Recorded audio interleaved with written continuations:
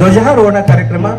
ಈ ಧ್ವಜಾರೋಹಣ ಕಾರ್ಯಕ್ರಮವನ್ನು ನೆರವೇರಿಸಿಕೊಡ್ಬೇಕಂತ ಹೇಳಿ ಶ್ರೀಮತಿ ಅನುರಾಧ ವಸ್ತ್ರ, ಮಾನ್ಯ ಉಪವಿಭಾಗಾಧಿಕಾರಿಗಳು ಹಾಗೂ ಉಪವಿಭಾಗೀಯ ದಂಡಾಧಿಕಾರಿಗಳು ಇಂಡಿರವರಲ್ಲಿ ನಾನು ವಿನಂತಿಸಿಕೊಳ್ತೇನೆ.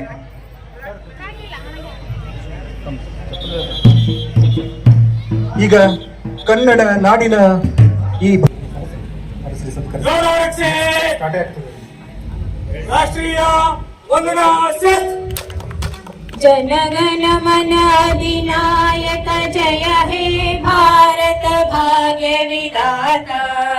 ಪಂಜಾಬ ಸಿಂಧು ಗುಜರಾತ ಮರಾಠ ದ್ರಾವಿಡ ಉತ್ಕಲ ವಂಗ ವಿಂಧ್ಯ ಹಿಮಾಚಲ ಯಮುನಾ ಗಂಗಾ ಉಚ್ಛಲ ಜಲಧಿ ತರಂಗಾ.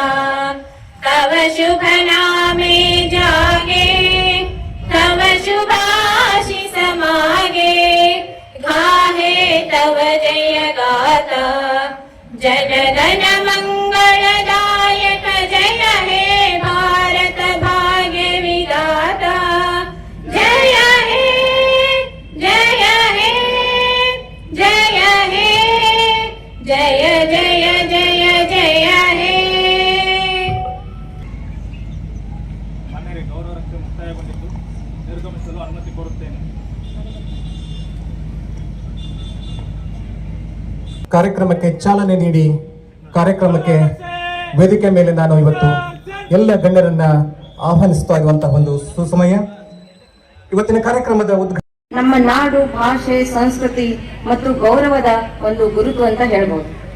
ನವೆಂಬರ್ 1, 1956ರಂದು ದೀರ್ಘಕಾಲದ ಒಂದು ಹೋರಾಟದ ನಂತರ ಎಲ್ಲ ಕನ್ನಡ ಮಾತನಾಡುವ ಪ್ರದೇಶಗಳನ್ನು ಒಂದೇ ನಾಡಿನಲ್ಲಿ ಸೇರಿಸಲಾಯಿತು.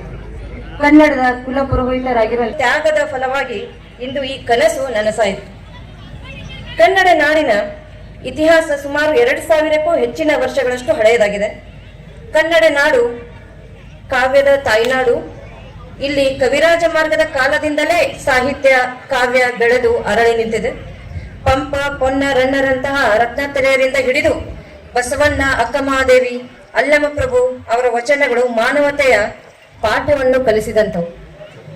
ನವೋದಯದ ಕುವೆಂಪು, ಬೇಂದ್ರೆ, ಪೂರ್ಣಚಂದ್ರ ತೇಜಸ್ವಿ, ಶಿವರಾಮ್ ಕಾರಂತರು ಕನ್ನಡದ ಕಾವ್ಯವನ್ನು ವಿಶ್ವಮಟ್ಟಕ್ಕೆ ಎತ್ತಿದರು. ಕದಂಬರು, ರಾಷ್ಟ್ರಕೂಟರು, ಮೈಸೂರಿನ ಒಡೆಯರು, ಚಾಲುಕ್ಯರು, ವಿಜಯಪುರದ ಆದಿಲ್ ಶಾಹಿಗಳು ಕನ್ನಡವನ್ನು ಆಳಿದ್ದ ಒಂದು ಪ್ರಸಿದ್ಧ ರಾಜಮನೆತನಗಳು ಅಂತ ಹೇಳ್ಬೋದು. ಇವುಗಳೆಲ್ಲವೂ ಕನ್ನಡ ನಾಡಿನ ಸಾಂಸ್ಕೃತಿಕ ಸಮೃದ್ಧತೆಯ ಜೀವಂತ ಸಾಕ್ಷಿಗಳು, ಪುರಾವೆಗಳು.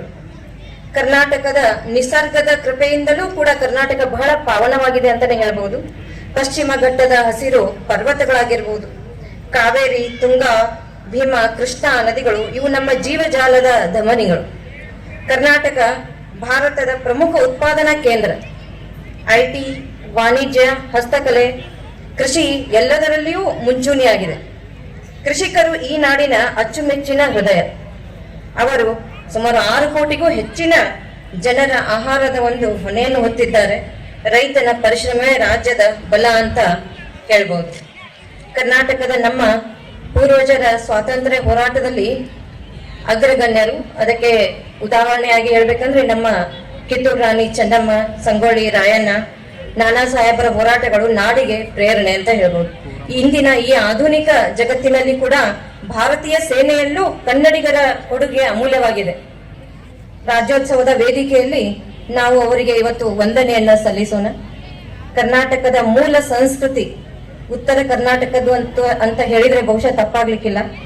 ಅದು ವಿಶೇಷವಾಗಿ ಜನಪದ ಸಾಹಿತ್ಯದಲ್ಲಿ ನಮ್ಮ ಭಾಗದ ಈ ಹಲಸಂಗಿ ಬಹುಶಃ ಇಡೀ ನಮ್ಮ ರಾಜ್ಯ ಅಷ್ಟೇ ಅಲ್ಲ, ಇಡೀ ದೇಶದಲ್ಲೇ ಒಂದು ಶ್ರೇಷ್ಠ ಸ್ಥಾನವನ್ನು ಪಡೆದಿದೆ.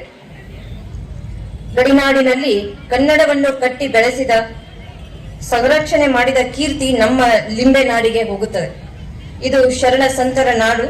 ಬಂತನಾಳದ ಸಂಗನ ಬಸವ ಯೋಗಿಗಳ ಹಾಗೂ ಲಚ್ಚಾನ ಸಿದ್ಧಲಿಂಗ ಮಹಾರಾಜರ ಪುಣ್ಯ ಕ್ಷೇತ್ರದಲ್ಲಿ ಬದುಕುವ ನಾವು ಬಹುಶಃ ಪೂರ್ವ ಜನ್ಮದಲ್ಲಿ ಪುಣ್ಯ ಸಂಪಾದಿಸಿರಬಹುದು ಅಂತ ನನ್ನ ಅನಿಸಿಕೆ.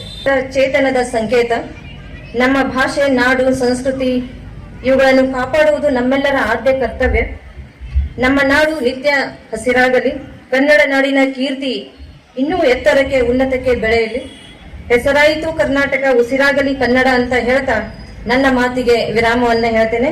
ಮತ್ತೊಮ್ಮೆ ತಮಗೆಲ್ಲರಿಗೂ ಕನ್ನಡ ರಾಜ್ಯೋತ್ಸವದ ಹಾರ್ದಿಕ ಶುಭಾಶಯಗಳು. ಧನ್ಯವಾದ.